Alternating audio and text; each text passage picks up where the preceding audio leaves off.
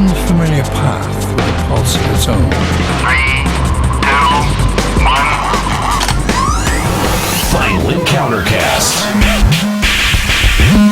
Interesting conflicts, not conflicts of interest. Typical corporate bullshit. With your hosts, Nate, Robbie, Chris, Nika, and Callie. FinalEncounterCast.com. Ready? Get set? Go! What's up? Welcome to Final Encountercast. Thanks for joining us today. Twitch.tv/Limit Break Radio. We're trying something a little bit new. Starting the show at 1 p.m. here on Twitch.tv/Limit Break Radio. And we're happy that you're along for the ride. If this is your first time tuning in and you're expecting to hear Limit Break Radio, you're a bit surprised to find Final Encountercast. That's all right. It's a lovely surprise. We want you to hang out for the next hour and a half, maybe 2 hours, and maybe listen 5 to hours. No. Well, including LBR. Yeah. I mean, if you want to stick around for LBR, that's coming up at 4 p.m. here today at Twitch.tv/Limit Break Radio. But otherwise, we are happy to be on our new home here at Twitch.tv/Limit Break Radio. This means some additional work for the interns, as I'm just sitting here realizing. I'm like, oh, that means that they're going to have to upload to an entirely different YouTube channel, and this is going to get really complicated for them. I think the biggest surprise for people who've never seen FEC is now they know what we look like. I know. And they're probably super disappointed. I know. It is kind of disappointing. I don't know. I think we're pretty good-looking people. Nika, you don't have to lie on the air. we're people. Yeah, we can take it. There are cameras. We can see ourselves. We know what we look like. Like, it's not a mystery to us. Anyway, thanks for joining us. We are excited to be joined by a special guest today. We'll be talking to MissHarvey of the CLG, right? Yeah, CLG. That's what I was trying to come up with. Also, MissClicks. We'll be talking to her about women and gaming. Also, our own Nika was out at DC's women's movement protests yesterday. We'll talk to her about that. But first, of course, we got to check out what's going on with the news. I'm here to do the news tonight. And that's the way the news goes. Ladies and gentlemen, we interrupt this program to bring you important news. Here's a story that's out of this world. Alrighty guys, well, a new APK mine for Pokémon Go has revealed features that are near ready for implementation, including a bunch of new moves from Gen 2, as well as the evolution items, such as the King's Rock, Metal Coat, Upgrade, Sunstone, and Dragon Scale. Also included is support for Pokemon to have different forms, notably unknown in all of its variants, and more code for shiny and gendered Pokemon has been added in. Cool. This is interesting because, I kind of figured that they would have stuck with the whole candy thing moving forward, but it looks like for some specific evolutions, we're going to need to go to some extra length to get these evolution items. I wonder what... It makes sense because Slowking doesn't evolve out of Slowbro, he comes out of Slowpoke. Right. So how would you handle that with just candies? Random. You just choose. Or random like Eevees. That's true too, yeah. That'd be awful. Yeah. So the question is, if they're adding in evolution items, are they going to go back and add in, elemental stones for the Eevee so it's not random? Why would they do that? That sounds like programming at work. Well, you can already just name your Eevee. Where are you going to get them? Are these only ones that only are these going to be microtransaction items that you're going to be locked into buying? Are they going to be? No, I don't think so because you can't even buy anything higher than a Pokeball. So I don't see something like that being bought. Probably just rare drops out of Pokestops. Oh my God, that's the worst. Because ever since they put in the speed cap for Pokestops, I'm not playing that game at all. Yep. Yeah, it really sucks. It is really frustrating. It's the worst. On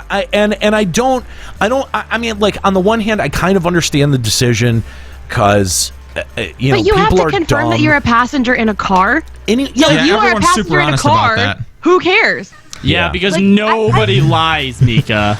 Not me every time. A lot of people bought Pokemon Go Plus, that little button, specifically for a car. How hard is it to push a button every time you pass one? Nothing. That requires never take your eyes off the road.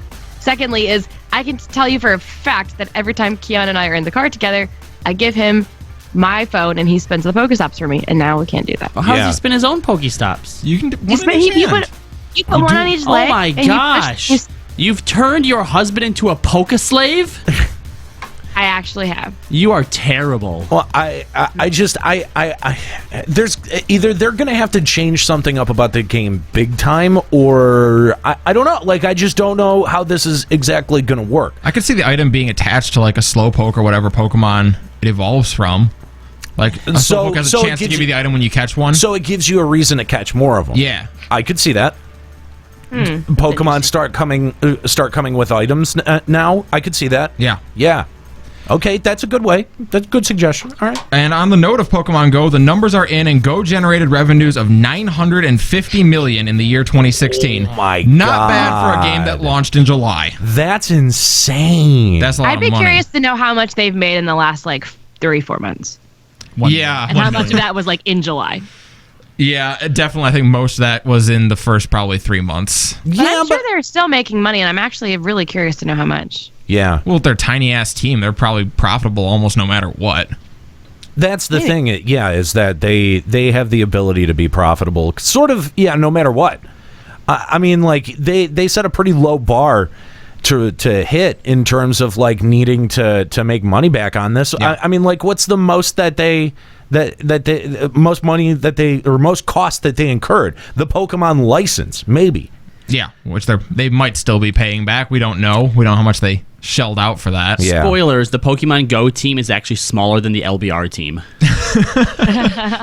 It explains so much. It does. I don't think you're that far off. Isn't Niantic only 9 to 11 people or something like that? Okay, they might have us beat then. I mean, we got 5 plus Kuki Couple is 6, interns. Skuro is 7. Skuro is 6.1. He's big enough to be 2 though. If we still have Pops, we might be the same size as them. Yeah, they definitely are a small company. Mm-hmm. Yeah. Blizzard will be attempting their second lawsuit against cheat maker Bossland for potentially costing them millions of dollars. Their first attempt fizzled for the same reason the second one probably will. Bossland is based in Germany, and a U.S.-based company filing in the U.S. will always have a difficult time making a lawsuit stick internationally.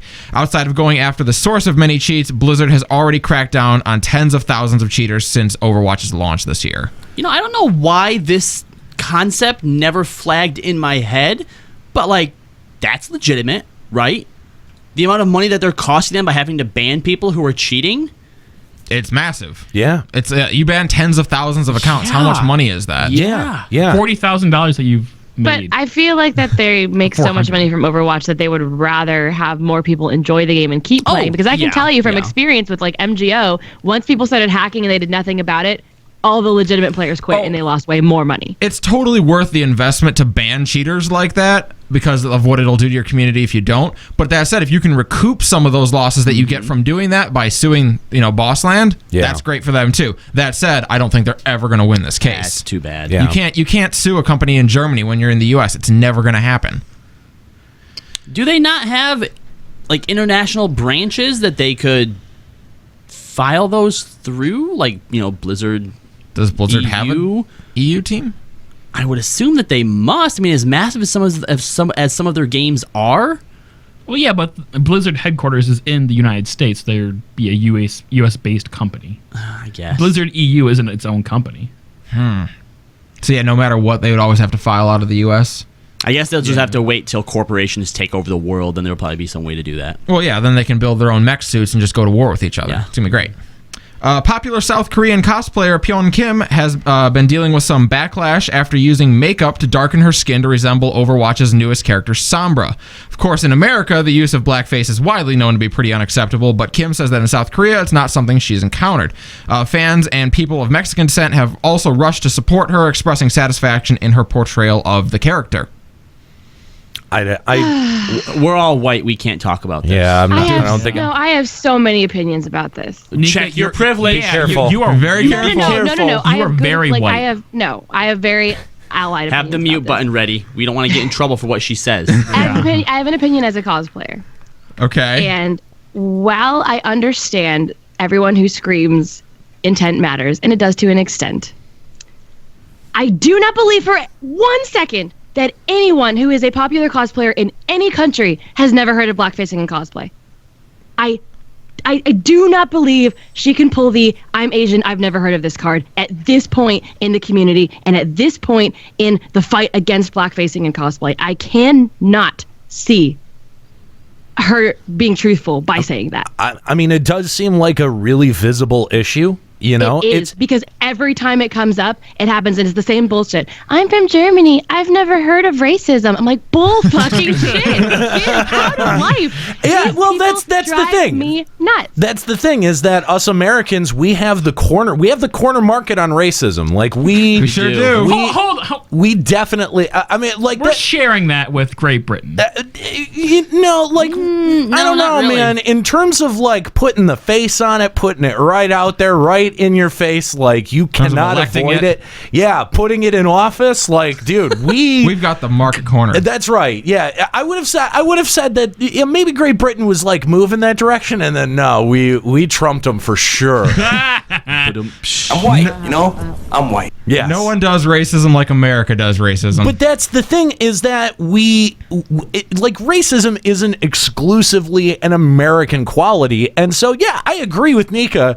All of these assholes that do it and then go, well, I've never heard of that. Like that's fucking when bullshit. You're in the cosplay community, because people in the cosplay community share and spread this shit like wildfire. Like the one time that one chick did the Michonne cosplay from Walking Dead, that shit was everywhere. If you are a popular cosplay who is visible in the scene on social media, I do not believe you have not heard of this at this point in the discussion. There is absolutely no way ever. And I also want to call out something Mr. Jack is saying. He says this discussion is stupid because if she didn't darken her skin, she'd be accused of whitewashing. That is untrue. There are so many, only made by the extremists, and those people are a vocal minority for sure. The majority of people fighting for this are all about love the skin you're in. Why do you need to change your skin? What's wrong with the skin you have? That is the fighting mantra of people because who cosplay accuracy. You must be so bullshit. accurate. It's cosplay. You're not in Hollywood. It's fucking cosplay. What is it going to do? Like, why? I mean, and the biggest problem with blackface and cosplay too is the fact that white people grow up saying, oh yeah, darker skin features are ugly, lighter skin features are beautiful, and that's what we want to be. However, then when it suits their agenda or it fits their social media status to darken their skin to become beautiful, they then embrace the features just to wash it off at the end of the day and pretend like black features don't exist and that racism doesn't exist because they don't have to deal with it. And it's bullshit. And anybody who changes their skin, like, what is wrong with your own skin? Nobody will be accused of whitewashing by any normal, sane cosplayer or human being. A lot of people who are screaming that are not cosplayers, so they don't really understand.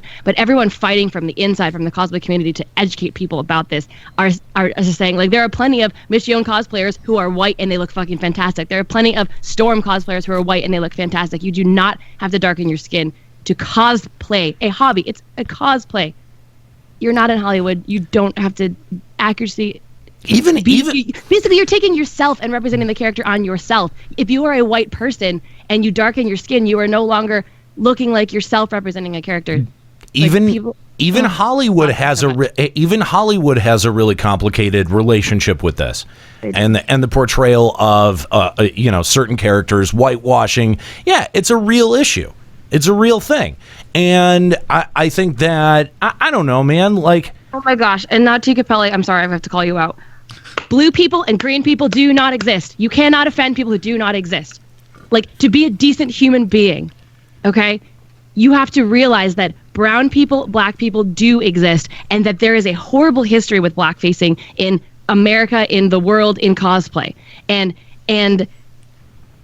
just feeling that you are looking at a real people who are offended and saying, well, I don't care because it doesn't bother me. It makes you a horrible person. What green person are you going to look at and say, sorry, I'm offending you? There are no green people. So no, changing your skin to be an alien race that does not exist is not offensive. But when there are people who are visibly and very vocally talking about how offended they are, even if you don't agree, I mean, I am white. I don't have the experience with this. I also agree that if you have good intent, obviously you may not be a bad person. However, I hear my black friends talking about how much it offends them. So why would you still then do it after you hear how much it offends people? That just makes you an asshole.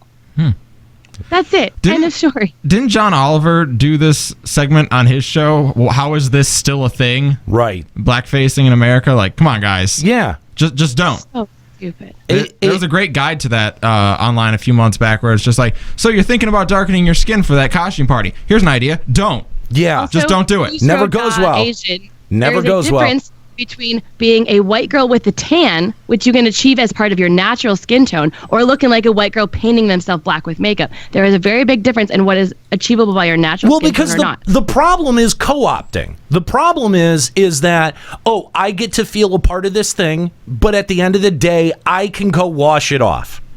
You know what I mean? Like exactly. That is it. They get to just put on the features when they want to feel beautiful and accurate, but then at the end of the day, not have to deal with the racism and the shit. And if you don't have those features deal with on a day-to-day basis. And if you don't understand why that's insensitive, then I don't think that you've ever probably experienced true racial discrimination. You've never actually listened to people you claim are your friends. That is also, I think that there's wisdom in that. What if they don't have any friends? Well, that's probably really likely. I mean, yeah, at this point. I mean, if you show up to the party in blackface and you still have friends after that, I think that says more about your friends than, it says a lot about you too. What is your deal with calling me a racist? An enthusiastic modder decided to rework Ark's dinosaurs into Pokemon, and surprise, he was promptly slapped with a DMCA notice. Now, what was actually surprising is the DMCA notice appears to have come from another modder in the community who was also working on a Pokemon mod for Ark. It has since been lifted, and as of now, the mod is available. Until Nintendo hears about it and slaps both of them with it. And they actually get a DMCA notice. How do you... That's one of the strangest things that I've ever heard of. How do you, all right, so Nate, you're going to make a Pokemon mod, right? Yeah. I'm already working on a Pokemon mod. I don't own Pokemon. Right. How do I issue a DMC against you? You lie. Oh, yeah. You say you're Nintendo. No, that's not, yeah. I mean... That's the thing, is that this whole process has become so bizarrely entangled that all you have to do is say that you represent Game Freak or Nintendo. Yes. There's not even that even so much. You can just say, like, hey, I'm issuing a DMCA notice. You don't have to say that you're Nintendo. You just have to not say that you aren't Nintendo. Kind of. Yeah, I mean, it's like it's the wild, wild west of complaining to some bigger body. Like, the thing is that, like, DMCA takedowns are really only actionable against a platform who will act on them, which is like YouTube or whatever. Like, if we had a DMCA takedown issued against us for something on our website, we would have to get lawyers involved. We would have to find out if this person is legitimate, like if their law office is legitimate. Like, YouTube doesn't bother to do that shit anymore, and that's why we're at the place that we're at. Like, it's all kind of automated now, and so you've got companies that are acting on behalf of other companies that really don't have a dog in the fight. They're just looking to either cause problems for various channels or hit them up for money. Like, that's really what it is they want a cut of the advertising revenues, which is something that you can now do through YouTube systems. So to make it simple, if you're thinking about copying something to Nintendo's, don't. Stealing makes everything better. Doesn't it, though? Speaking of mods, a modder named Spellos has taken Amnesia: The Dark Descent and infused most people's first puzzle game into it. That's right, you can play Minesweeper inside of Amnesia. What? Unlike traditional Minesweeper, though, stepping on a mine doesn't mean death necessarily, merely a monster spawning and trying to kill you. If you can escape it, though, you could continue on with the game. This is, like, if you get a chance to see this trailer, this is, like, completely stupid and totally awesome at the same time. It's literally, you're in a room in Amnesia, and there's a bunch of tiles on the floor with numbers, and you play Minesweeper on them. Cool. I love Minesweeper. So, if you don't want to go down to the start menu, you can download a mod for Amnesia. I'm not sure why you would. Do we even have Minesweeper? I don't know that Minesweeper is still on Windows. Have they done away with that? I'm pretty sure it's on mine. How old I still got Minesweeper's still there? Yeah, All right, it's still there. Next to Solitaire, Hearts. It's Free called Stuff? Well, there's Minesweeper free in the store, and then there's Microsoft Minesweeper that I have to install the app for. Microsoft Minesweeper? Yep, it says install app. Oh, come good. on. Is that Minesweeper with microtransactions? I don't know. I kind of want to know. Micro sweeper. I mean, it looks okay from the pictures. It looks at whoa. It actually has like animations. There's one with like brick walls and stone blocks and stuff. No, this is outstanding. Kidding, obviously. Oh my god. I'm downloading this. Next gen Minesweeper. You are part of the Starting problem, download. Nika. No, dude. Okay, let me tell you. Well, Minesweeper since high school has been the game where like if I have minutes to kill, it's like my idle game. It's what I do when I'm just killing time. I love Minesweeper so much. That's free sell for me. You gonna stream it later? Sure. We should all at the same time. We should multi-Twitch Minesweeper. The most and see who's the best surprising, at it. the most surprising thing about that is Nika streaming. But snap. Oh, hey, I streamed with you on Tuesday. It was terrible. This is actually almost depressing. A longtime supporter of Starcraft 2, TotalBiscuit, will be immortalized in the game as his voice will become available as an announcer after the 3.10 patch. Like most add-on announcer packs, it'll cost $5, but you could also win it for free by submitting your best impression of TotalBiscuit to Blizzard. The 5 best impressions will win it for free. I think that this is so cool. This is great. I think this is so cool to get someone. You only like this because it gives you a small glimmer of hope that Square Enix will follow suit and put you in the game as an announcer. See, You're not entirely wrong. I don't see it happening with Square Enix, but one of the things No, that I I've don't always loved about Blizzard is how often like they put little, not even just bigger pop culture references, but even like when cool things happen with their fans, sometimes they'll put them in there, even if it's just like some small obscure item for some quest off in the middle of nowhere. It's always it's one of my dreams too, to just be immortalized in a game in some way. Some way like that, yeah. And it's awesome. Like I got into StarCraft 2 watching TotalBiscuit series called I Suck at StarCraft 2. It is pretty full circle. I mean, that's a huge honor for him, and with all of the like health issues that he's handling, gone through, and like there's really no one who deserves this more. I think this is awesome. Except for you. Yeah. Is that what you said? Shut up, fat.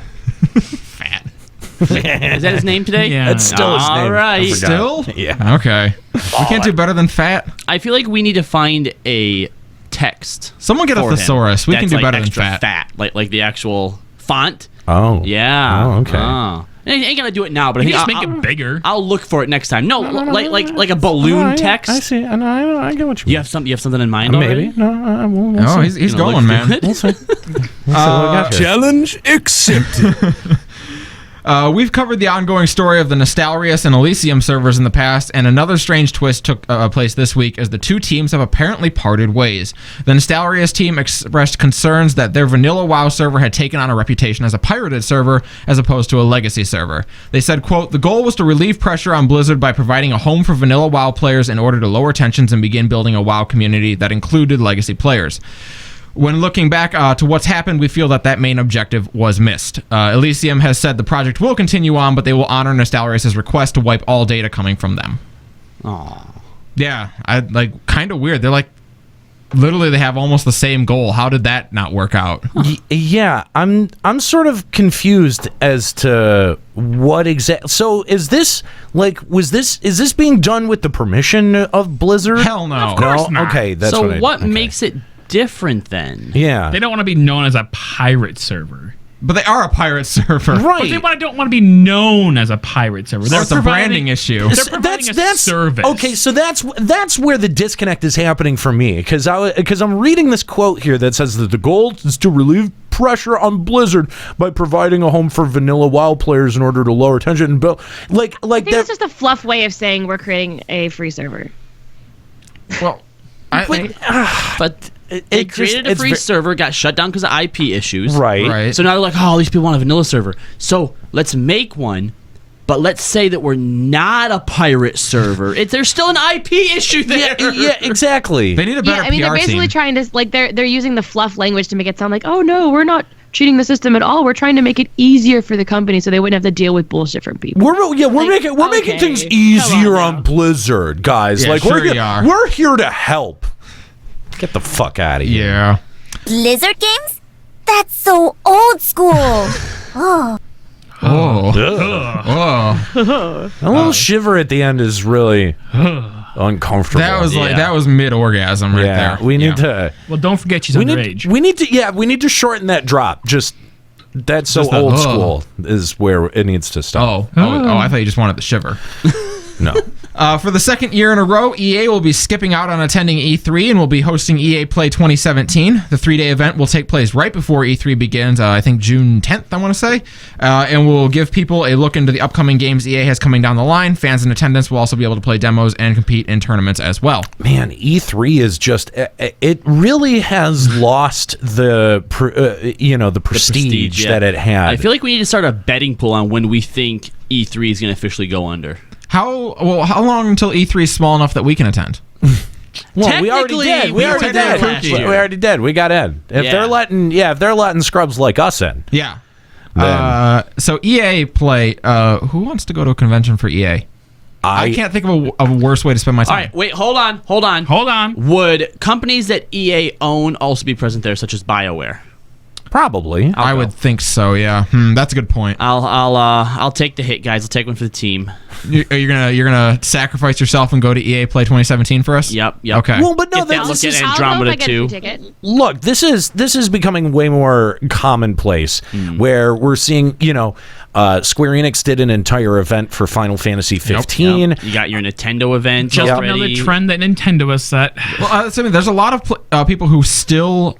They have some representation at E3, but they've scaled it back massively, and they do their own event now. Well, I mean, last year at E3, during the coverage, we balked at Nintendo's showing. Absence. Yeah, well, not absence. They were there, but, the fact that they weren't showing off the Switch or that, they really, all they had to show off was Pokemon Sun and Moon stuff.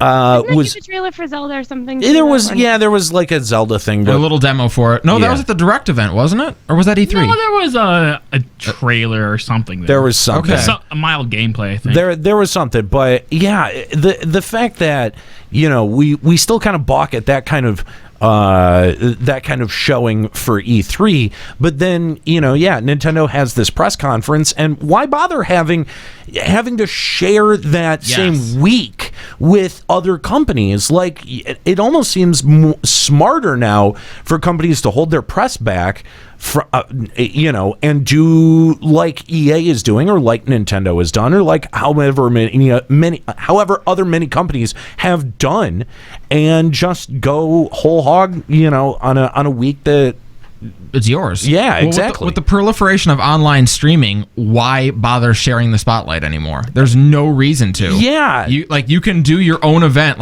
Sure, there's production costs to doing it, but if you're any AAA publisher, you can afford the production cost that goes into hosting an event like this. Totally. Any company that is AAA can afford a 2-day convention of some sort. Yeah. And the way EA is doing it, they're literally doing it the 3 days before E3. They already have people who are going to be out in the area for E3 anyway. What a bunch of dicks. Yeah, because it's not like you have to worry about divided press coverage or anything. You know what I mean? The press is already kind of there. You're going to get the coverage no matter what. Yep. There's almost no downside. There's almost no reason to show up at E3 anymore, which bums me out. Yeah, E3 is one of the last major gaming staples. I remember being excited about E3 in the 90s, early 2000s, when I was still young in gaming, whatnot. I was always excited about E3. I had to know what had come out of E3, and I had to wait 4 days to find out because there was no immediate coverage of it. Until what G4 started doing their live coverage out there. Yeah, I didn't have G4. I didn't have cable. Oh. What kind of childhood did you have? Explains a lot about you. Doesn't it, though? Awesome Games Done Quick has wrapped up with its most successful week of charity fundraising ever. The week-long speedrunning charity event raised over $2.2 million, donated from over 43,000 people. All in all, nearly 200 games were speedrun over the course of the week to raise money for the Prevent Cancer Foundation. That's amazing. That's a lot of money. That's a lot more than what you raised. Thank you for that. You suck. Wow. Get on their level. But look at these insane charity efforts that go on surrounding games. Yeah. You know what I mean? It's funny because we've had to do all of this prep work for Checkpoint Radio, And in that, we've had to put together really compelling, compelling packages of like why this show matters, why we as an audience, as a gaming community matter, like how we're not being marketed to and how this would help people who want to find a gaming-centric audience be able to be marketed to. And when you look at the numbers, man, when you just break down the math, $2.2 million and 43,000 donors. That's a big number. Unbelievable. Yeah, people tuned in like in mass for the Dark Souls 3 speed run. Yeah. Like unbelievable stuff. Did you get to see any of GDQ this year? I didn't. My free time has just gone to nothing. It is some of the most entertaining stuff, like to watch these people who are so ridiculously good and like just like they know every nook and cranny and every little exploit you can do in a game to try and like crank out a half a second. Yeah. It's unbelievable to watch. An average of $51 roughly. Average of $51 per donor. Holy cow. Wow. Even and Toby Fox, I think he donated $10,000 during the Undertale run. Wow. Jesus. Yep. Damn, dude. Resident Evil 7 has been confirmed to be a Play Anywhere game, meaning you can buy it digitally on the PC and play it on your Xbox One. It is important to note that you need to purchase it through the Windows Store and not Steam to make this work, however. No. Resident Evil 7 launches January 24th. No, what you just said. I'm not buying it on the Windows Store. If I'm buying it on the PC, it's going to be on Steam. Especially when I have PlayStation VR. It would have to be in the Windows Store. Yeah, like it makes sense, but at the same time, like, that so diminishes like how much people would care about it. Yeah. Mm-hmm. Like how many people use the Windows Store to buy games? Well, what if you buy it on the Xbox Live Store? Will then it also be available to play on your computer on Windows? On Windows, yeah. Yes. I think so. So you'd probably have to go to the Windows Store to download it. Right. So I would assume it would be people who would probably play it on Xbox anyway, and then just want to sometimes maybe play it on their computer. Rather than the other way around. But why buy it for Xbox when you can just get PlayStation VR and play it in 3D and fear shit everywhere? And be terrified. Yeah. That's what I'm doing. Are you doing it? January 24th, man. It's this week. I don't know if I can get it on launch. Yeah. I mean, I've really been fighting. Like, I just got paid, but I've really been struggling and fighting to not spend any of that money, even though it doesn't have to go to... Are you okay? Chris, could you step out of the room for a minute?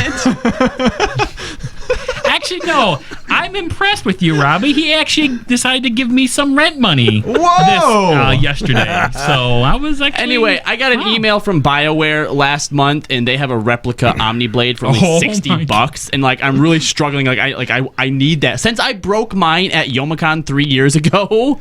4 years ago. I need another one so bad. What they don't tell you is that it's like 3/4 scale, so when you get it, it's going to be just slightly too small. Excuse me. That's have you why seen that, my arm? Statue of Big Boss's arm or whatever was so stupid because you can't even like wear it for cosplay. It's literally a statue. I know. Oh my god. I was like shit like that frustrates the shit out of me. You know what I mean? Don't be so fat. Well, January 24th, that's coming. Like Resident Evil 7 and the new Outlast are the two I want to do on VR. Although, I gotta say, the new Outlast and VR, there's a lot of genital mutilation going on in that game, and that would be very hard to sit through on VR. If you want to come over, we can play Resident Evil 7 together. Oh yeah, yeah, that'd be a good time. You just have to, drive up to Flint. Okay, good. Bring That'll diapers. be the scariest part of the trip. You gotta.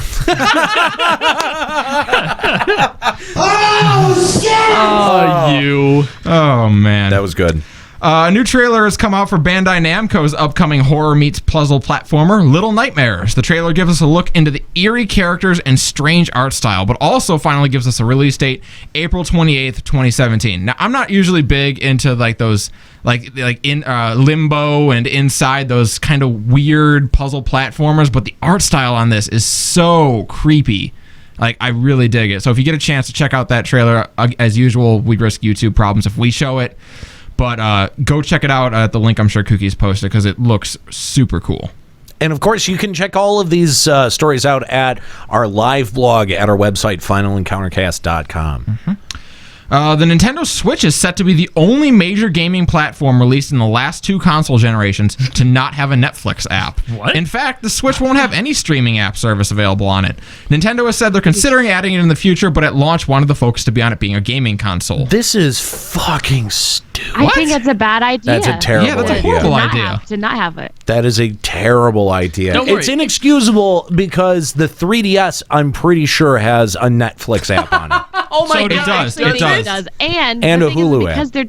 they're trying to really promote the fact that it can be a console or a mobile. Right. And so if there can be the first like really steady, really solid mobile mobile device with Netflix or something on it, I think they would have a real market there. Here's the problem, So though. then not including that is a really bad idea. You can't binge watch because you only got 3 hours of battery life. Just plug into That's the wall. true. You're That's- fine. It's You only can watch 3 6 episodes of a 30-minute show. Yeah, but who does that? It's all about those hour-and-a-half shows. I got to get through this season of Sherlock. I don't Right, want but it if to you're cut out on the taking it third mobile, episode. Oh my God, you're that's probably out, not isn't it? binge-watching. Oh, it's out, and it's great. You got to watch it. Right, It's so- I gotta go. I have gotta to go. ask though, like most people who binge watch are sitting on the couch with a blanket and ice cream. Who's going to be binge watching while you're mobile? I would assume to be watching fair. it like on the train or in the car. If I took my Switch to work with me, Yeah. right? You set it up on the stand, put on movies like while I'm not wanting to. But then couldn't you plug to it into work? the wall? Yeah, you can plug it into the wall. Right. Yeah, So that's, yeah, that's fair. But he's saying like you only have 3 hours of battery life, and I'm thinking. First of all, if you're just streaming and not Nika. playing a heavily intense game, you probably get a little bit more than 3 hours. I'm thinking, and then like if you're in a car, are you really going to be watching like 3 hours? I just feel like There's no you're not cell you're network. not going to need to stream mobile for Oh, more yeah. than 3 hours. There's no cell network, so without a mobile Wi-Fi hotspot, then That's true. How do you not have mobile Wi-Fi hotspots? I'm saying that look, not everyone does, and the fact that you need a second piece of hardware to be able to connect the thing to the goddamn network is like totally indicative of Nintendo's short-sightedness. I mean, not that we need another handheld that has a cell network data attached plan. to it. Yeah, a data plan Let me attached sign up to for it. AT&T so I can buy my that Vita. didn't work with Right, Vita. exactly. It was not a smart idea with the Vita, but at the same time, like you've got to consider that when you think about the applications of how you're going to end up using the system. So Right. in the car, you're not going to be using it. Like it's a place where you are going to be using it with Wi-Fi. So if I'm at a place that has Wi-Fi, I also have the ability to plug the thing in. So Netflix needs to be day one. Hulu needs to be day one, especially because those developers are so willing to work on every single platform that it is it's like the height of arrogance to go, nah, we don't need that. Yeah. Fuck, you don't. Yeah, Netflix is so ingrained within our culture now. What? And it's not just that it's not Netflix, it's no streaming app. Right. There's nothing. None. The first major Super Smash Bros. Melee tournament of the year, Genesis 4, is underway this weekend with the final 8 set to play later today. Genesis 1, 2, and 3 have all been noted as having the same grand final, with Joseph Mango Marquez meeting up with Adam Armada Lindgren.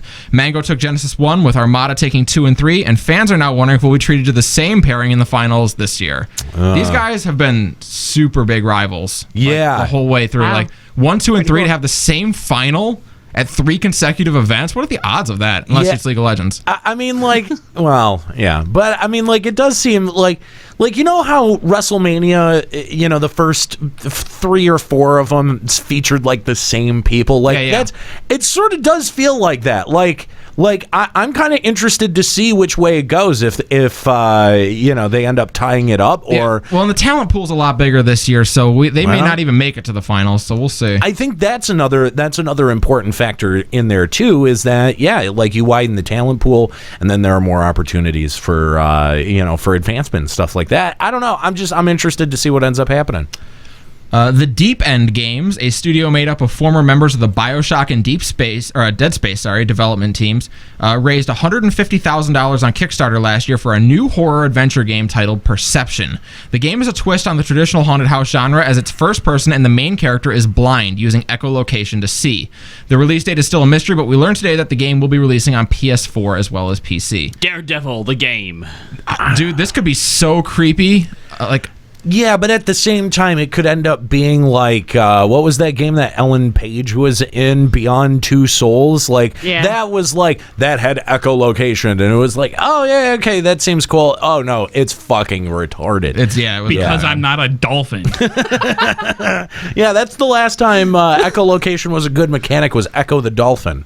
Man. Who remembers that game? I remember Echo the Dolphin. I remember being bad at Echo the Dolphin. I didn't know about that game until my friend's band at MacFest played a song from it, and I was like, "Oh, this is kind of cool." From Echo? I only remember they have it on their CD. Handfuls of them in bargain bins at like Blockbusters. Yeah. I rented that game. I did too. I was dumb enough to rent it. No, let me tell you a game that's even worse that I rented. I rented Cool Spot. Really? Yeah. Are you shitting me? What? Yeah. Okay, no. This was a free game that you got by sending in proofs of purchase to 7-Up. Of 7-Up, yeah. Oh. And it featured the 7-Up mascot. Yeah, that. Here's what's even worse. It was a decent platformer. I'm pretty sure it was an asset flip of something good. It might have been because the platforming in it was not bad. Yeah, like I think it was just like a Chipmunks game or something like that. Because I remember just jumping around like that, like as like not Elvin, the other Chipmunks from Rescue Rangers. I do not remember something like that. I don't know. I do not remember. It's called Doki Doki Panic, and they just reskinned it. Wait, that's a different game. Oh no! But Nintendo, funny at all. You rented a free game. I sure did. Do you remember Combat Cars? I remember Combat Cars. No. It's terrible. Oh my god, the Micro Machines game awful. on fucking what was that, NES or Nintendo? Yeah, I loved that game. Okay, it was a horrible game, but yeah, I loved it. This is a discussion topic for next week. What's the worst game that you loved? Worst retro game. The worst retro game that you absolutely loved. Blazers. Because the thing is that you could never you rented it all the time, but you could never bring yourself to buy it. Like it was sort of like it was your fallback rental, right? You would go to fucking Blockbuster or Family Video or whatever it was. Castle Video, I think, was one that I had near me. Anyway, you would go there. Tonight. You'd have a game in your mind, like all right, the new GTA. Come on, I was 8. No. Yeah, no. We're talking like looking for Super Mario 3, Castlevania 2. Like I'm really hoping to check in with the Belmonts or something, and you go there and you're like, fuck, it's rented, and the box is there. The box is there, but the game is not. That's right. The little ticket you take out to take up front. Yeah. God, do you remember games being rented out? Yeah, and that's what I'm saying. Everyone had that fallback game that you rented when you went there, and it was what you wanted was gone. Mine was the fucking Micro Machines game. Mine was Mischief Makers on the Nintendo 64.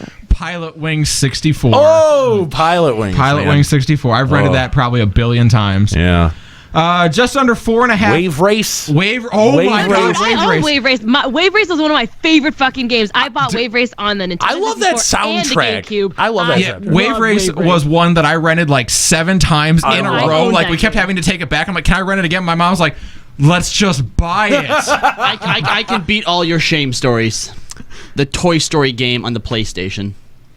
Oh God, no! And I was punished for it. I played all the ones on the Genesis. I was punished for it. Okay, because when you went to save, if you were to choose a slot that was already taken, it didn't give you an overwrite confirmation. It just overwrote it. My original first playthrough completion of Final Fantasy VII, over 1,000 hours, replaced with Toy Story. Good. You deserve that. Oh God. That game will always have a special place in the hell section of my heart. That's too funny. Just under 4.5 years after launching, Legend of Zelda Breath of the Wild will be the last game launched on the Wii U. Reggie Fils-Aimé confirmed that after Breath, there will be no more first-party titles on the Wii U. He also confirmed, however, that the Wii U's online services were in no immediate danger and that talks of sunsetting the service hadn't even taken place. So, Nika, Zelda's finally coming to the Wii U. You going to pick one up? Haha, fuck you. No, that would be so poor. Like, people actually brought that up to me, and I was like, yeah, I never bought the Wii U because Zelda isn't on the Wii U. And you're like, well, Breath of the Wild is going to be on the Wii. And I was like, but that's it's also on the Switch. But now I can get the Wii U. Nothing else will ever be released on the Wii. Why would I bother? Were you able to pre-order yourself a Switch? Unfortunately, no. Okay, so if you want to play Breath of the Wild, you might On have to release settle day. for a Wii U. No, Nintendo is saying that there will be another run of it, and anyone who wants a Wii U yes, on a Switch on launch day will be able to get it. Anyone who wants one will get one. Which that says to me, why are we pre-ordering? Look, I'm not the kind of guy who would believe in God, but when I go home tonight, I'm gonna start praying every night that somehow Nika doesn't get a Switch pre-order. How? That's so mean. I know. Well, like, what did I ever do to you? You're a mean person. Nothing. But Nika, I'm a mean person. When for some reason, Robbie is. when bad things happen to you, it feels so satisfying. But you're going to like begin a faith in God in hopes of making Nika sad. You're right. I should probably be praying to someone else, shouldn't I? I would think of good things to happen to you because I consider you a friend. Oh, you're my friend. He just hates his friends. Clearly not.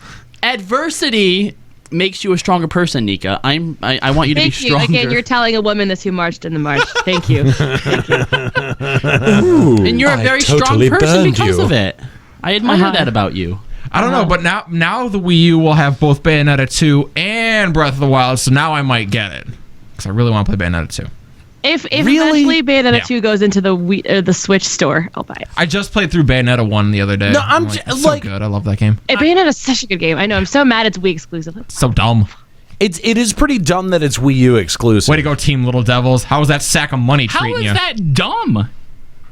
They want to sell it's a smart move on Wii Wii's part to get more people to want the Wii, but Wasn't- it's a dumb move on the company. I don't know, man. So many people would have bought it on the other. Who was it? Platinum developed. Platinum was the publisher, and Team Little Devils was the design team.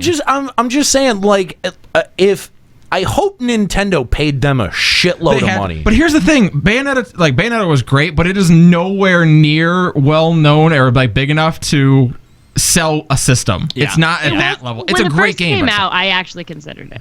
I'm just when Bayonetta 2 first came out but now it's died down a lot. No, but it quickly turned into let me find someone who already has a Wii U and play it on their system. But as a developer, why would you sign that exclusive deal unless Nintendo is throwing so much money at you? Right. Because the Wii U never sold enough units. It never moved enough units to attract good developers. That was its problem the entire time. I know exactly the offer Nintendo gave them to get that exclusive. Put Bayonetta in Smash Brothers. No, that's what they wanted out of it. I'm sure. Yeah. To be able to put Bayonetta, and then what they funded, they paid for the game. What is worth more than money? Being a Smash brother or sister. I don't know, man. I don't know. I'm gonna side with Nate here because the only thing in my head that I could see them doing an exclusive for Nintendo is if they had some type of like underlying thing where it's like, look, if we don't sell at least this many units, then at a later date we can give it to the other consoles, which obviously they never did. So you're right, it must have been a crap ton of money. It was a big sack of money, and they said, it must have here. just been a gigantic sack also, of money we because Cloud in Smash Brothers, and that still makes zero sense. So it makes that was another sack of money. Awesome sense. So for more information on the news and other stories, visit our blog at finalencountercast.com. So well, hold on. What? We are missing quite a few news stories. We're missing an important one. Yeah. Oh, jeez. Well, I don't want to talk about the other one, but the one I wanted to know about was the lady who lives in Detroit who threw her dog off a bridge. That's the one that you want to know about? Yeah. She That's was not mentally gaming news. unstable. Yeah, there's a why do you need to bum everyone out? If you're gonna, Just a lady threw all a right, dog off a because bridge. that's terrible. Because Fat wants to hear about it. A lady in Detroit was cuckoo and thought dogs can fly, and I'm gonna prove it to everyone. But apparently, she thought, well, he'll only fly if he really needs to. So she threw him off a bridge, and surprise, he couldn't fly, and he dislocated one of his legs. And that lady is now under arrest. he didn't die though. No, dog. No, he did not die. He I'm pretty survived. sure was declared When I stable. first saw that, I was. But if we're gonna bum everybody out, we should at least talk about the internet meme icon that we lost. Oh, I don't want to talk about that. Gabe the dog. Is that the Doge dog? That's the Borking Doge dog. dog. No! The one that people make all that's- those borking memes It's to. not. It's not the Doge dog, but it is the Yeah, it's it's a that borking one. one. He's a Yeah. pupper. Please no eat Am Smole. Yeah, he passed away 2 days ago. Good. He passed away the day before the Trump inauguration because he could not live in a world. Good. I'm glad Gabe's dead. The thing Why is, do you even bother? Living. he's just being You're Nate. heartless. Ignore him. The point, look, this doesn't mean that his legacy dies. There's still all those sound bites of him borking out there, so people can still continue to make Gabe remixes. The internet lives forever. We know. Look, I'm just saying, like this is just another celebrity death tribute. He meant so much to me. I need to tell the world about it, okay?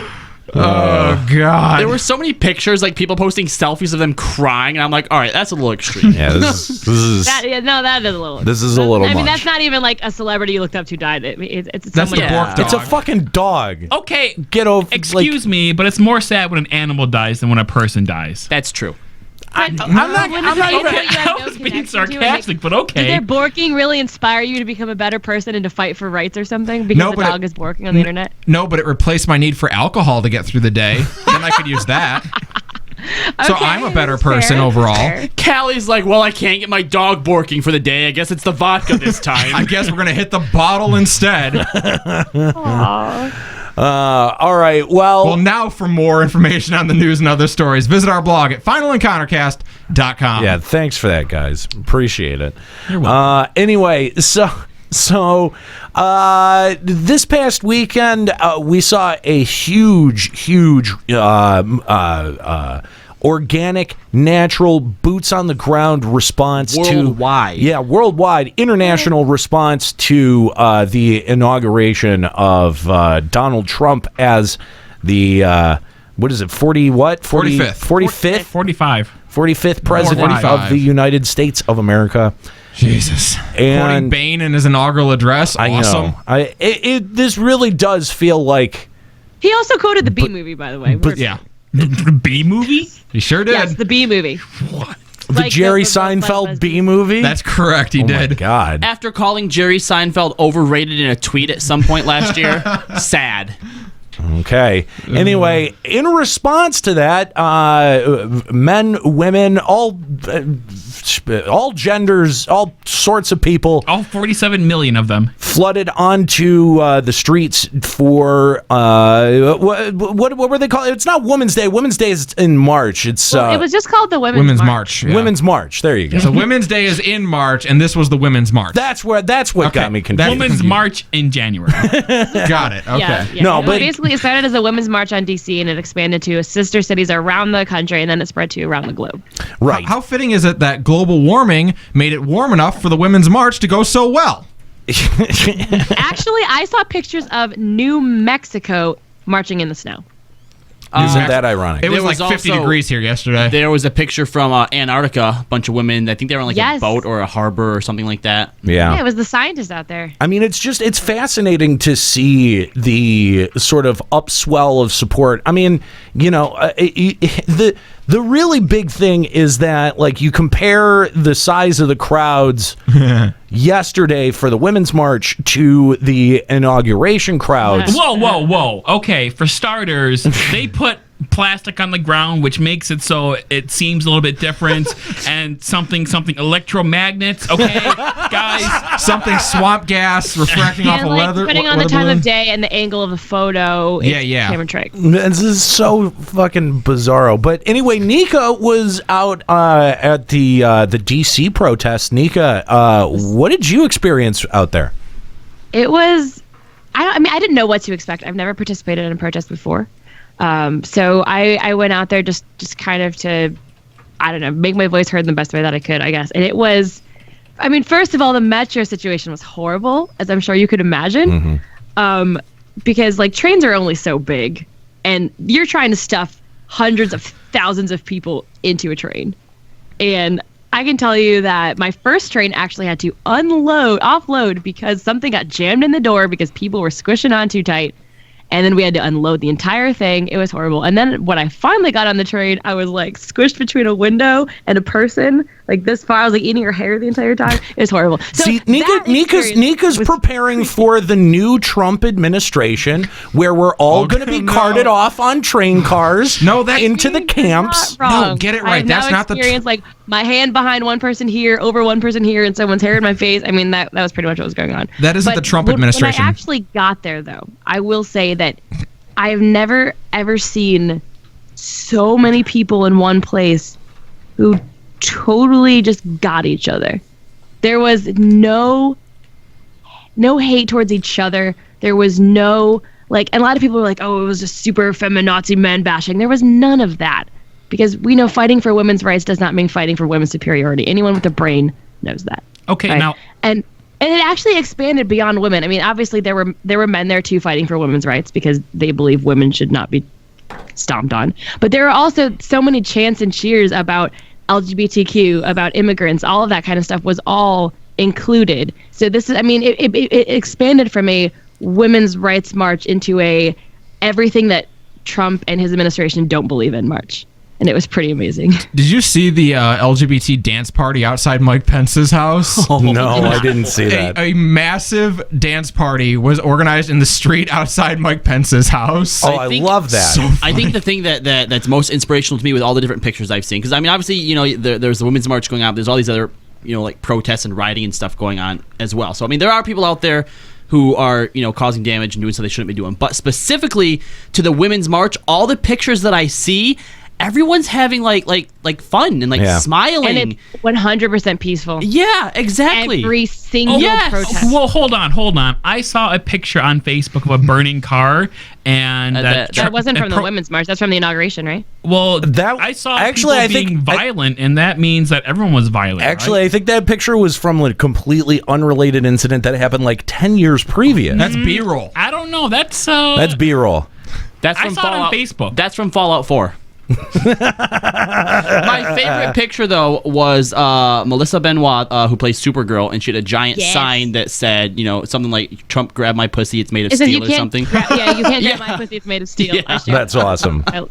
And she was just marching amongst people. I think she was in DC too. I think with Scarlett Johansson was also was somewhere and gave a speech. She was a speaker there. Mm-hmm. Yep. Mm-hmm. There was a lot of speakers. There was Madonna. There was America Ferrera. There was, Alicia Keys.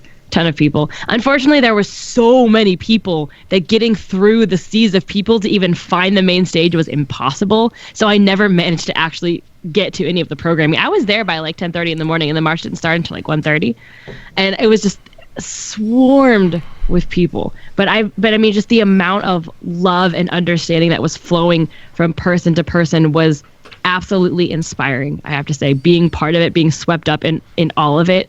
I've never seen that from our country, and like for as sad as I've been since our country elected Trump, I feel like seeing this many people come together for this cause and completely getting and understanding each other has restored my faith at least a little bit in our country. So thank you, Mr. Trump, President Trump. I mean, I will say thank you, Trump, for uniting us once again, because a lot of us were falling apart from each other, and now we are united again. Well, yeah, I mean, that's United States after. Look, I think that's the fucking problem that I've had with liberals for a long fucking time, is that the first thing that happens when liberals get any kind of power is they start fighting amongst themselves. They fracture so quick. Exactly, because they start going, well, vegan rights are the things that's most important, and then another person goes, no, but trans rights are the most important thing, and it's like you can't fucking prioritize to be able to fucking rule effectively. That's been my problem, is that, like, dude, at the end of the day, you gotta get some shit done. And to do that, you've got to be able to come together and say, all right, we recognize that all of this shit is important. Going on about whose shit is more important is not terribly... It's counterproductive. It's not terribly constructive. So the thing about it is that, like, you know, I do appreciate the position that liberals have been put in, because they're on the defensive again, and I think that liberals are smarter when they're on the defensive, and when they're challenged, their ideas are challenged, because when they're not challenged, petty fighting, petty squabbling starts to break out, and you get that stupid fracturing that drives me fucking crazy. And that's when people start feeling like the PC thing is overbearing. Like, you've got so many special rights groups that are coming down on you that say you can't say this, you can't say that. And at the end of the day, I'm going to say whatever the fuck I want. Like, period. You know, like, it doesn't matter. Inappropriate. It doesn't matter, you know, where the pressure is coming from. I'm going to use the words that I want to use, and if they're shitty, you're going to have to reconcile their shittiness. I use the words that I want to use to express my intent. At the end of the day, I don't like that restriction. But at the same time, I agree fundamentally in a lot of ways with a lot of what these folks fight for. With a lot of, I agree with a lot of the freedoms that they fight for. I also agree with a lot of freedoms that they don't fight for or that they fight against, like gun control. I mean, like, I have a very balanced view about gun control where I think that, like, all right, yeah, like, probably we shouldn't be rocking AK-47s on the regular, but at the same time, like, it's a necessity to being able to check against your government. And now all these motherfuckers who are on the other side of, like, they're like, now they don't like their government. They're like, oh, well, maybe we should, maybe we do all need grenade launchers. Yeah, maybe the heavy artillery is something that we're going to need. Like, you're going to need to mount a defense. Like, you've got to think long term about this kind of stuff, and most people don't. They think very, very short term. A lot of times they don't even have their best interest in mind. They have some kind of ideological thing that pushes them forward, and I connect with that. I sympathize with that, and I support that. I'm an ally of that, but at the same time, I'm also a realist. And that's what I loved about the Women's Day or the Women's Movement protest is that, like, it's very real. Like, this is an organic response to a very real threat. We had a very contentious political election cycle. Oh, did we? Was it a little rough? It was, yeah. And at the center of it, at the heart of it, was women's issues and the treatment of women. Not just because the Democrats had put up the first major political candidate that was a woman for president, but because of the hot mic moment that Donald Trump had, and because of so many other positions, public or not, that Donald Trump has taken for or against women and his treatment of them. So this is at the heart of our societal conversation right now. I'm pretty sure he doesn't even like women at all. I don't even think he likes Melania. But hold on, he likes the way they look. Okay, that's true. But he doesn't respect. He's got a pageant that proves that. You know the amount of signs I saw at the protest that said "Free Melania" were staggering, and I probably laughed way more than I should have at each and every one of them. But let's be real though. Every image I see of Trump and Melania, they're completely like. He like ignores her. Well, then Obama like kisses Michelle's hand. Or the one I saw today where Trump gets out of the car, walks ahead, Melania gets out, and Barack and Michelle escort her in. Yeah, so and I just can't even like understand. I think on Friday we all had Michelle Obama face. Yes. Because that was one of my favorite pictures of the whole thing. That and Bill Clinton getting caught staring at Melania. Oh my God, that was some of the funniest shit that I've ever seen. Hillary's face was just like, yeah, all right, really, like really now. No, see, I think it was completely just like, of course, yep. Mm-hmm. It's gonna happen at some point. You're forgetting to mention the best relationship that came out of the inauguration, though, was Bush and his rain poncho. That was really funny. The meme that said, "Glad to see that Bush is still Bush." Yeah. But y'all assholes are missing him now, aren't you? Not wrong. It's all bad. Anyway, so this obviously this weekend, millions of Americans pouring out onto the streets following the inauguration of Donald Trump in a show of support for the rights of women, dwarfing the crowds that attended the Trump inauguration. And I really only say that again because I know it bothers him so much, so deeply, and that makes us smile. Yes, it does. Hey, do you think we can get him to get mad at our show and like tweet about us? That's what I'm hoping. I'm fingers crossed. Fingers crossed. So look, we thought that you realize that Trump would just kill us then, Maybe. Yeah. Maybe. When we just disappear and we're not here next week, guys. Yeah, executive order. We're all in Guantanamo. It was the come on. He's going to send the death troopers. Come on. They're going to be the black stormtroopers from the Death Eaters? No, death troopers. God damn it. Anyway, so we thought this. You're just saying he's not Voldemort. Let's be real. He's kind of Voldemort. Yeah, he is. We're only in book 3, guys. So 4 years to go. We thought that this would be an appropriate moment to have a conversation about women in gaming. So I'd like to welcome in our special guest. Joining us is the founder of MissClicks, an online community advocating for the representation of women in the gaming industry and competitive gaming. She's also a 5-time world champion and currently a member of CounterLogic Gaming's elite Counter-Strike Red team.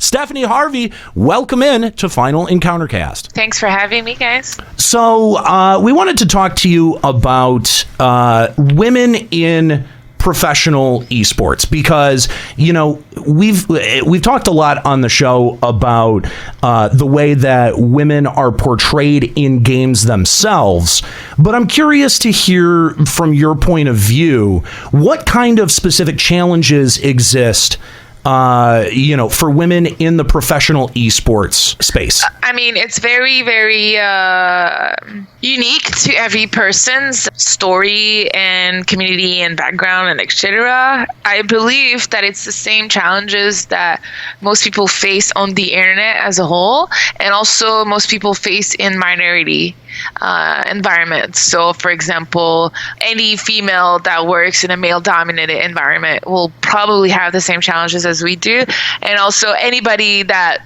writes comments on forums will face the challenges that we do. Obviously, people will pinpoint that you're different, and they will press the button on it online, eventually more, because there's no repercussion from it. So they will push your buttons, and they will often attack the fact that you're a woman to piss you off, to create a reaction out of you. Yeah, often because it does end up creating a reaction, I think is why the button gets pressed.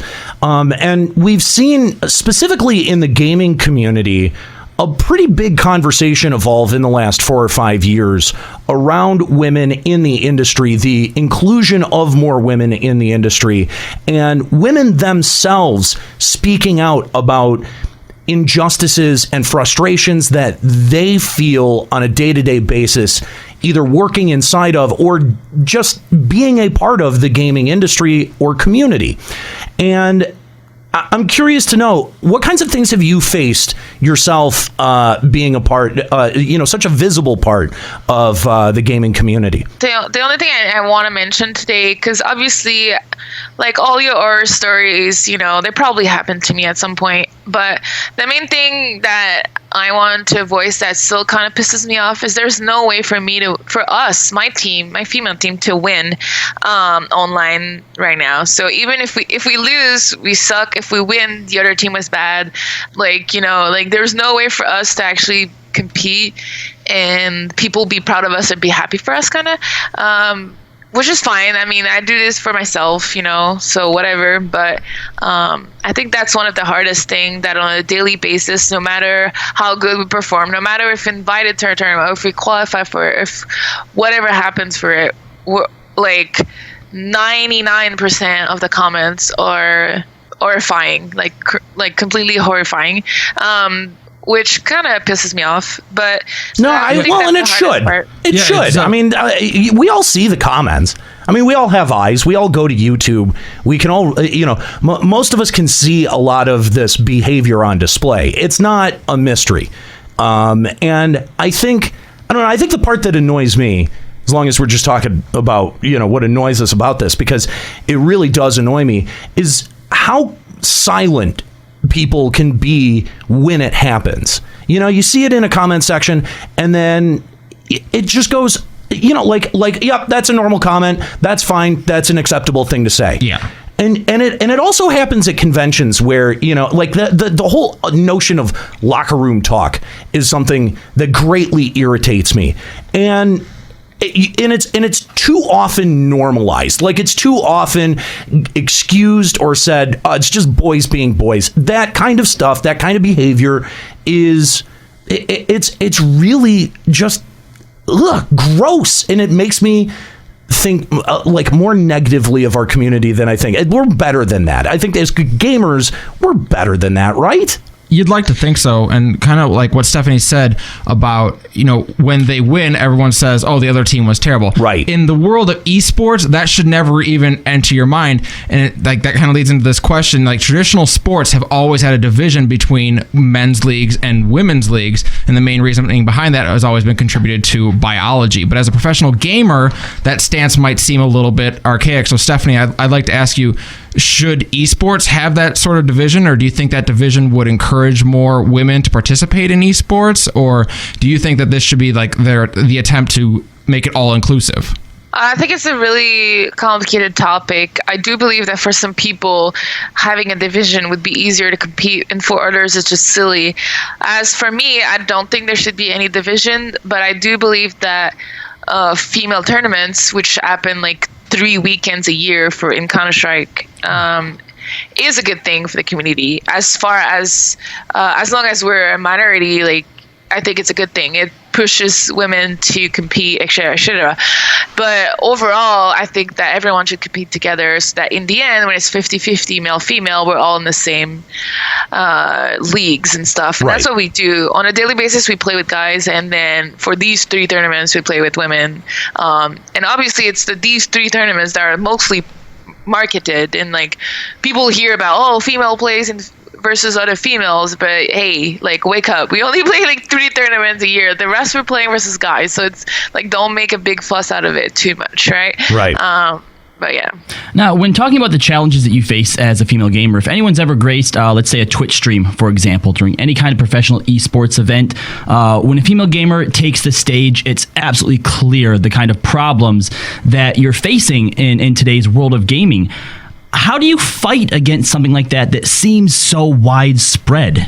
I don't know if you can fight it. I know you can try to educate people on the problems. You can also try to find positive solutions.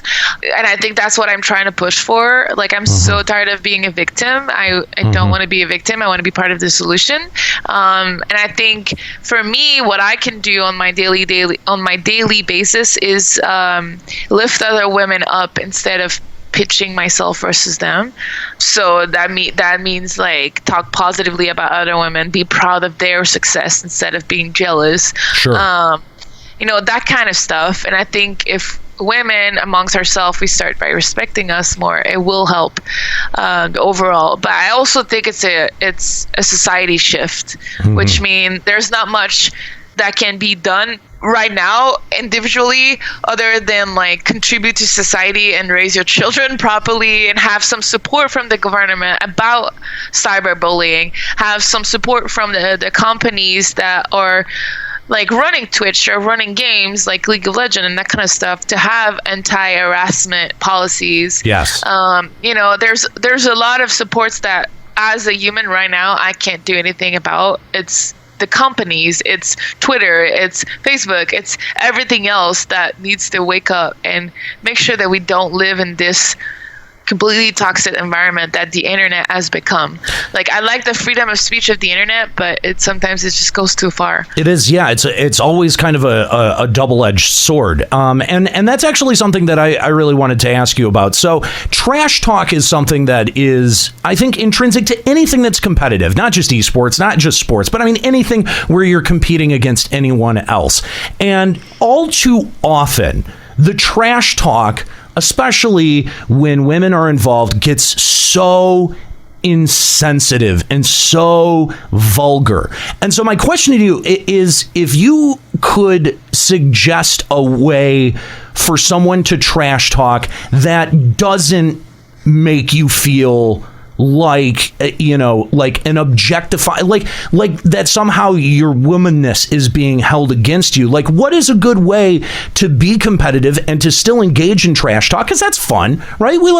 Everyone likes to trash talk, but not do it in a way that has so much blatant disrespect. I think anything that has to do with the body is out of line. And also, I think that anything that is extremely personal is out of line. Absolutely. So but it's so hard. Like, what is the line, right? I don't know. I have a lot of difficulties to define my opinion on trash talk, because personally I don't trash talk much, and I don't appreciate trash talk much, but I know my teammates do. Like, they love it. They love the fire and stuff. So I understand why people like it. And, you see in the UFC, the bigger fights are the one where the two opponents like trash talk so much before. Yeah. And so I understand that there's a place for trash talk, but I have a lot of difficulties with it. Personally, I don't know where my opinion stands regarding it. So in 2016, you moved into Counterlogic Gaming's gaming house and competed in more of their events that haven't seen a strong female presence. What was that like, and what was the biggest challenge? I think there was a big reality check on us. So the challenges were, we thought the gaming house would make us better players. Wrong. It didn't. It actually personally made me a worse player, because I kind of got lazy because I was in the house. I don't know. For me, it was the opposite. Instead of dedicating my life to the game, I kind of dedicated my life to myself, which I forgot about the game kind of. But it was the first time in my life where I wasn't working full time as well as being a pro gamer, so I had to do a lot of readjustment, and it took me a year to do that. I'm starting right now to make the readjustment and focus again on the game and realize that this is a once in a lifetime opportunity and I can't mess it up. And second, the reality check was when we started playing guys, we thought we were so good, and then we started playing high level teams and we realized, you know what, we have a lot of work to do, a lot of work. I think that the game has evolved within the last couple of years, and even the players are getting better and better. It's getting even more competitive to be at the top, so you have to work harder, and you're competing versus 16 years old kids that have nothing to do with their lives but play games that don't need balance in their life, so they don't care if they have to play 18 hours a day. I care, so I know exactly what you mean. Those kids that have unlimited time to make YouTube videos, it's just I can't even keep up with you. How do I even try to make as much content as you?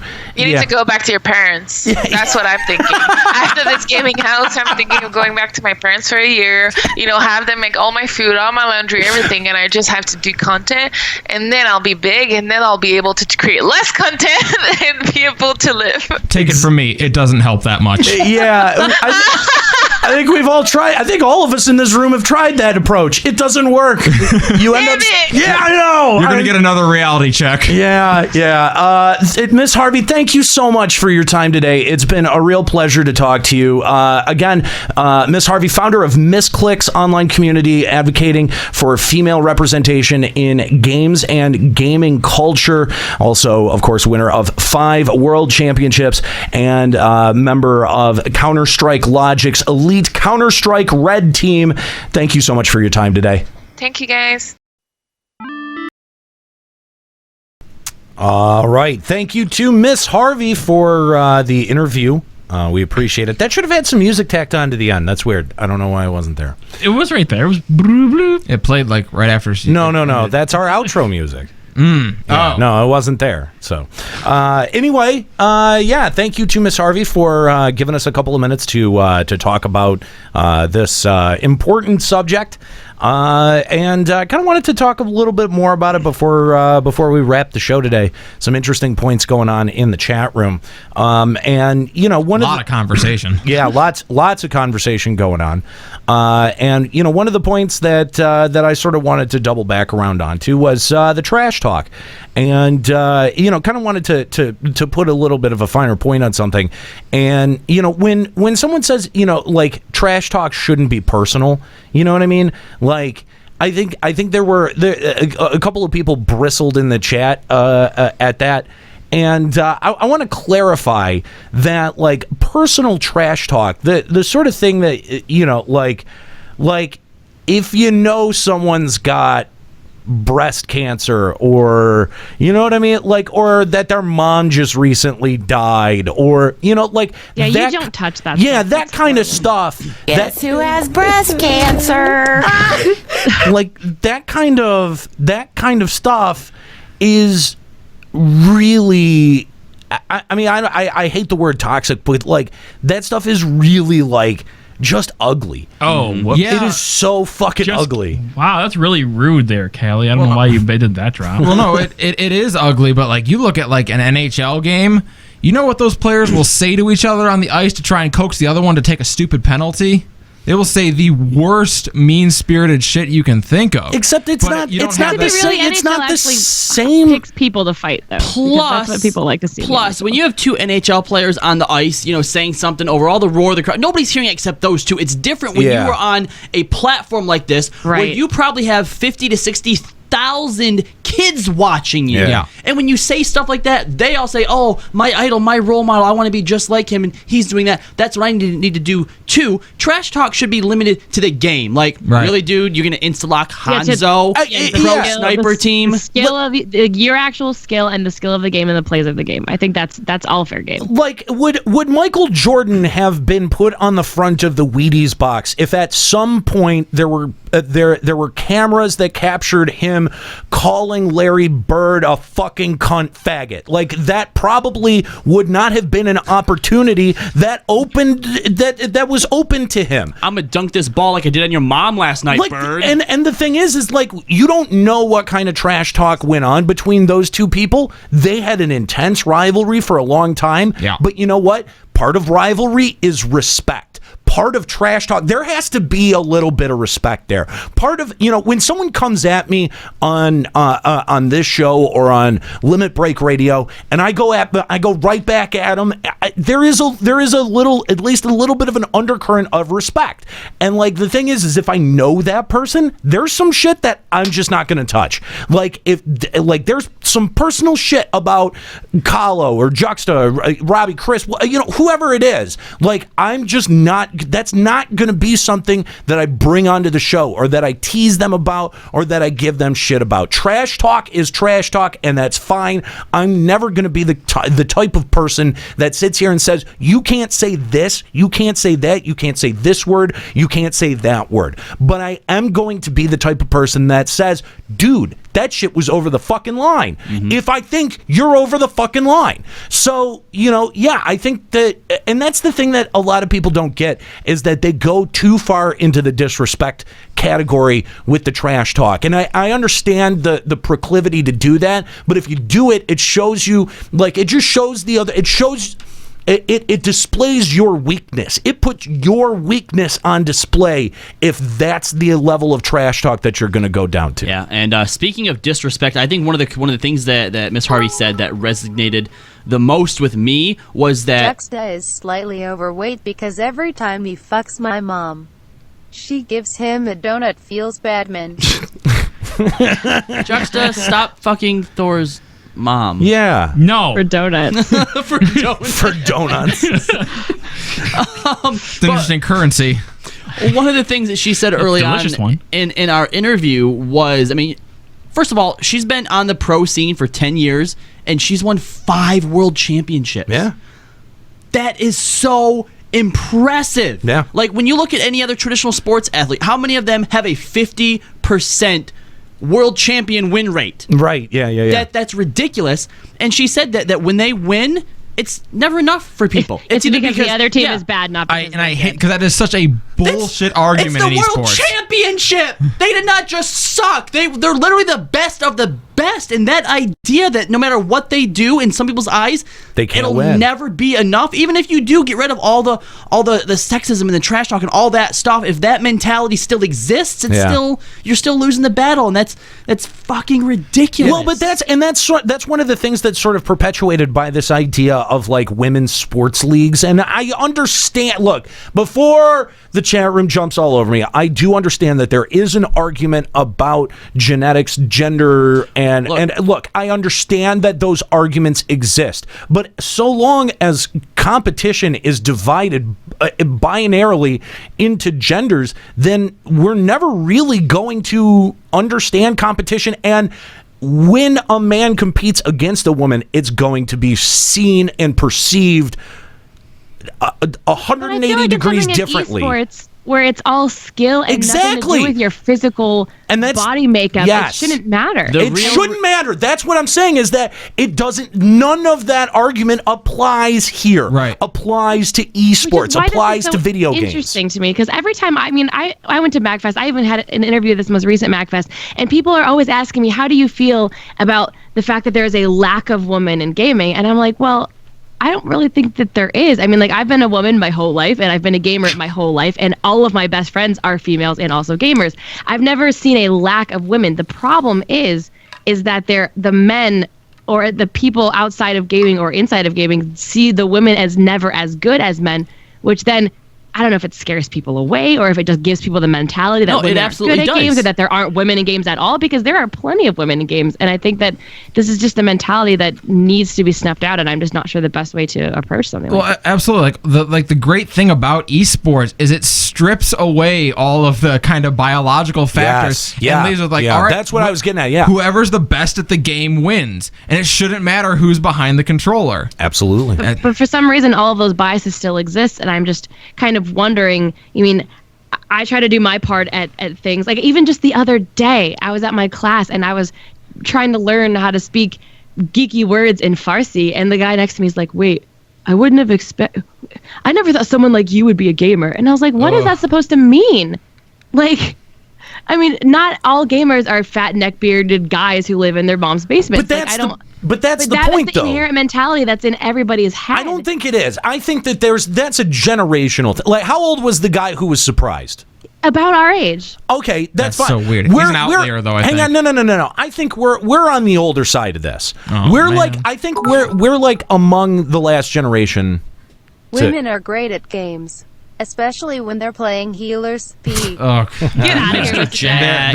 There's the other thing. There you go. Kooky, put a tent ban on him. Lol. You're not helping. Kooky can't. She's a healer. She's not. Mute him. Fat's not helping either. No, there was a recent interview that was done, and there's a player, a League of Legends player. I don't know, maybe Callie, you've heard of him. Indiana Frosker and Black. Heard of them? No. Anyway, they've recently been coaching over in China because they got so sick of how toxic the American leagues are towards women. Sure. And one of the things that they notice is there's so many women that, even though they want to be in esports, even though they want to participate, the reason they don't is besides the obvious stuff, is when you are one of the few women who are in the spotlight, you are then expected to be an advocate. That's true. And there was a player that she wouldn't name, that didn't want to be on camera, didn't want to speak, just wanted to play, and didn't want any part of her identity to be known, because once it was known, everything changes. Well, it's sort of the, when we I'll pull the curtain back a little bit. We actually cut 2 interviews with MissHarvey. She was kind enough to talk to us also for Checkpoint, our new gaming talk show as well. CheckpointRadio.com. You can check that out. But when we did, we made the decision to not ask her any questions about being a woman in gaming or a woman in pro esports, and we just talked to her as a pro esports athlete. Won 5 world championships. Who's won 5 world championships and didn't even really glance on her gender, not because we don't appreciate her work with MissClicks, and in fact we do. That's why we gave it so much time and attention on this show, but because the fact that she was a woman shouldn't have been the sideshow of the interview. Shouldn't have been the headline. Exactly. Of it. Yeah. The fact that we had a 5-time champion as our first pro gamer guest, that was to me the bigger deal, and so we didn't even glance on it, and we made it its own interview. And so, like, that sort of stuff to me is like, that normalizes, like, look, MissHarvey is a competitor just like literally any other competitor. And I'm going to say, too, as like a woman on this end of it, I appreciate you guys for approaching it that way, because, so people, listening to Checkpoint Radio are going to just start to hear women as gamers and not even question it, and I think that's a great thing. And going back to my other point is that it is a generational thing. I think that we're on the older cusp. We're the last. Maybe because we're on the older end of the millennial spectrum, that we're we're gonna be like the last wave of people that really see gaming as a gendered thing. I think that idea is quickly going away. The numbers support that. When you have 47% of your market is women, the industry will react to that. The industry can't ignore that. And when you look at a lot of the games that have been released recently, this is a trend that I noticed last year around E3, is a lot of the games that are coming out have been starting to feature a lot more female protagonists. They've been more inclusive, I mean, if you look at Overwatch, I think half or maybe even more than half of the characters you can play in that are female. Yeah. Yeah. And I know a lot of guys who main female characters in Overwatch as well.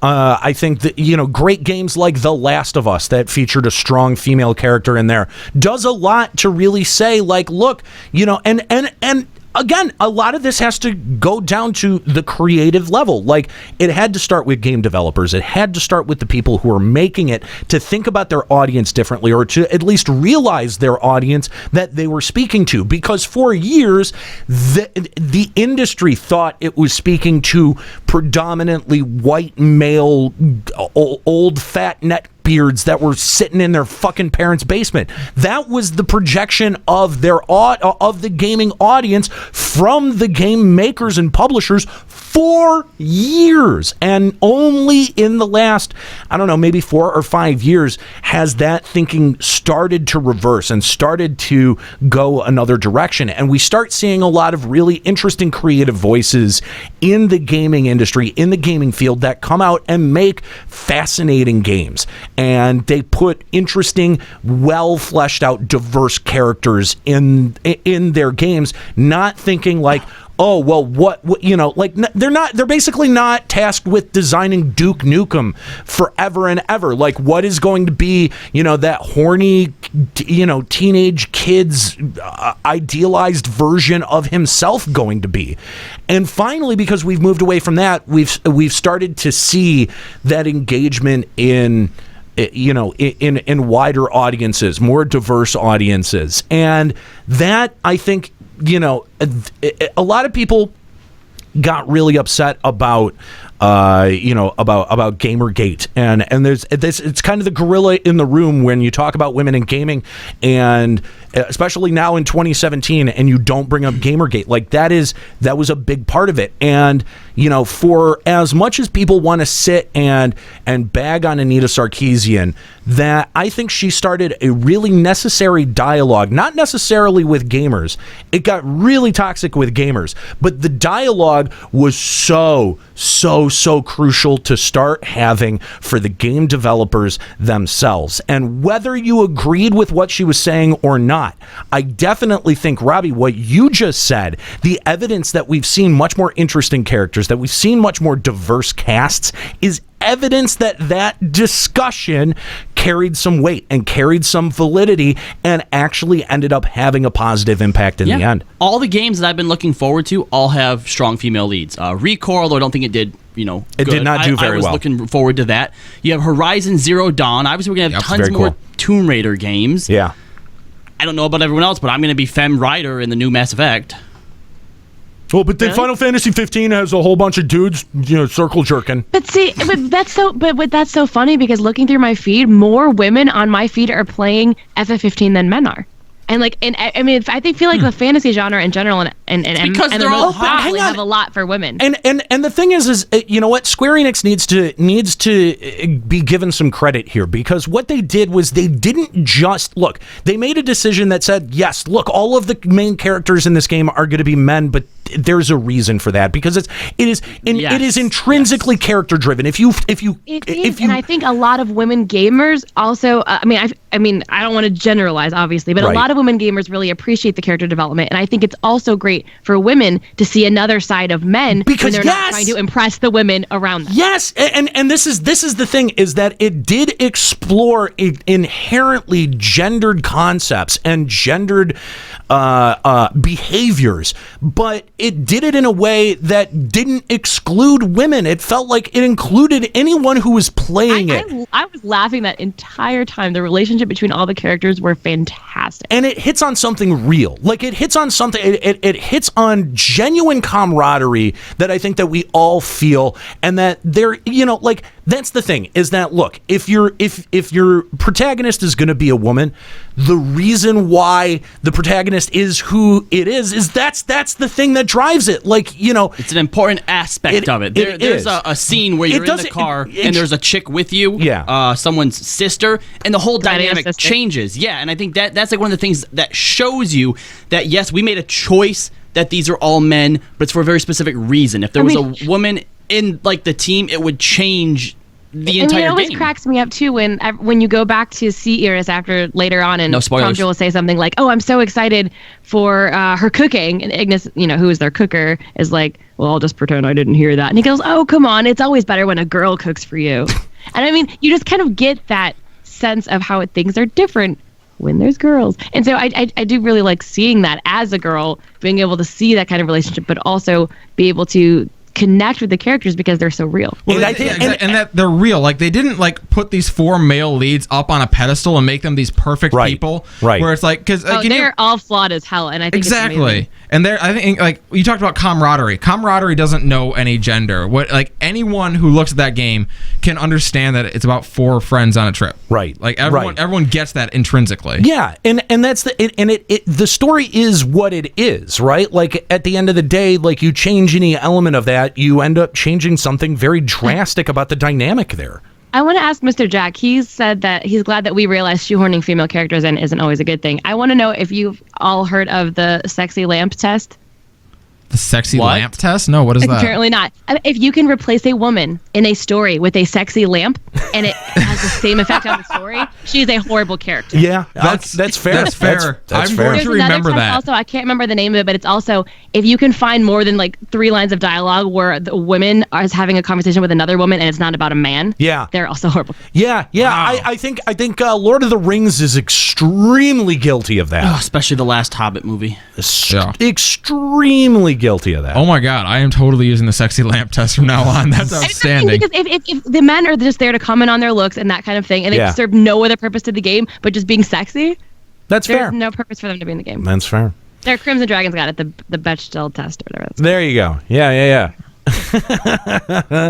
But yeah, I think that if like part of your character arc is the gender that character is, and if you can get some insight to that character based on their gender, then I don't think that that's necessarily the worst thing in the world. I would love to be able to play a character that gave me insight on what it's like when girls get together.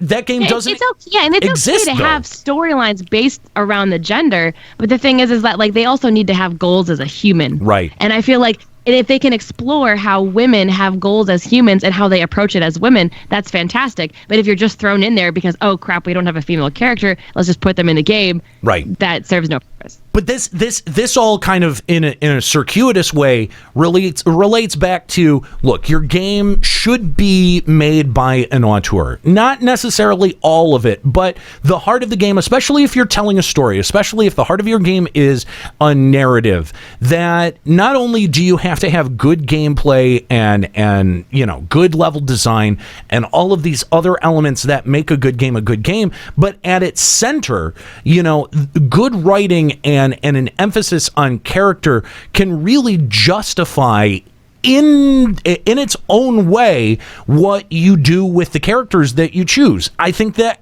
there were a lot of people, feminazis that were ready to jump all over FF15 because of the selection of an all-male cast. That backlash never happened once people got their hands on the game, because they were like, oh shit, this is like, it makes sense. I want to say when I very, very, very first heard of the concept of the characters, I was a little upset at first too, because Final Fantasy games have always had a mix of characters, and I've always praised them for being so diverse. But cats. Once I started to learn more and more about it, I was like, okay, this could actually be done very well if they do it right, and I'm actually really interested. And then once it came out, we all know the storytelling had some issues. I think the way that they explored the characters was very, very good. And then once it came out, I have not heard that complaint or that criticism leveled justifiably. To be fair, though, I think we should save like our final judgment for when the game's complete. I see what you did there. Clever. All right. Do we have one email? We got an email. All yeah. right. Let's read an email and get out of here. This is from Loke. Hey guys, listen to the newest episode of FEC, and I gotta say I'm excited for Checkpoint Radio. The TLDR to this long email is I can't wait for another podcast from what has quickly become my favorite group of people to listen to. Aw, that's cool. The rest of this is me ranting since it's my first email to you guys. Yay! Okay. Since I've just recently got into listening to podcasts thanks to my WoW Guild's GM. He does a Blizzard podcast similar to how you all do LBR with the crude and humor and whatnot. LBR and FEC have quickly become my favorite to listen to weekly while I'm driving for work. Nice. And since Overwatch came out, I've gotten a lot more interested in esports, so Checkpoint to me will be another highlight. I have never even thought of picking up 14 to try until listening to you guys talk about it. So to sum it all up, I'm excited and will definitely listen. Keep up the awesome work. No, he really didn't rant that long. No, he didn't, compared to some of our other people. I know. That was a great email. I think he's very clearly new here. That was the perfect length email right there. That was very concise. Thank you very much. We really appreciate the email, and we're excited to be launching Checkpoint Radio. If you haven't heard that episode, we premiered the demo right here on Final Encountercast. But if you would like to go check it out, or if you'd like to check out the website, that's all set up over at checkpointradio.com.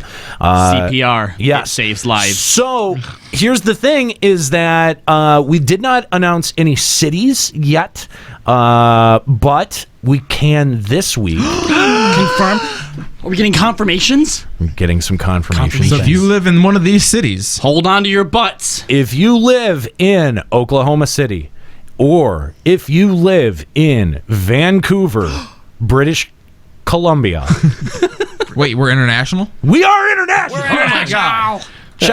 Checkpoint will be the first, and to my knowledge, only syndicated radio show, internationally syndicated radio show about video games and esports. We've got a couple of other cities, other markets on the hook, but nothing. They haven't signed the papers yet. Nothing signed on the dotted line. Vancouver signed something? Nice. Yeah. Holy shit, you geeks are badass. I'm hearing rumors of possibly Denver. Ooh. So Damn, Cowboys love their video games. Hey, they also love their weed. What Cowboys are in Denver? I don't know. It's up in the mountain. You got lots of cattle and crap up there. You trust do? me. Denver's a big Levi's denim place. Yeah, it is. I promise. But yeah, sure. we're adding more and more cities to that list. Guys, go check out checkpointradio.com for all the latest. We'll be making a big announcement. We'll be having a press release go out here within the next week or so. Another one that will let you know who the initial run of flagship stations will be for Checkpoint. So hopefully that will continue to grow, and that helps. I mean, if you want to help with that, like, all you got to do is reach out to your local radio station and let them know that you want Checkpoint Radio on their airwaves. That's really all we're doing. We just have a little bit more of connections and ins with people. So yeah, just let them know that you want Checkpoint and that it's available. Checkpointradio.com. So again, thank you guys so much for all of your support around that. It's been fun, getting some of the first feedback in over the past week or so that we've been launching the website and getting everything ready. So we are excited to be putting that together.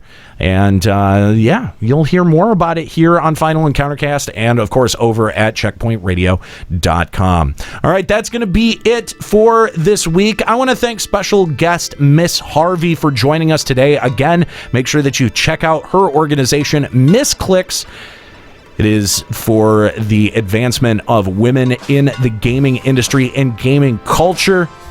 Thank you again goes out to MissHarvey. Thank you to Kooky Persona, who's been hanging out and FEC are going global hype fire emoji times 3 lit AF MVP MLG 1337 Scrubs get wrecked. Thanks, Thor. 360 no scope #hype. He did this on purpose. Yes, he did. That's it. That's it. We're done. Have a good one, guys. See you next time.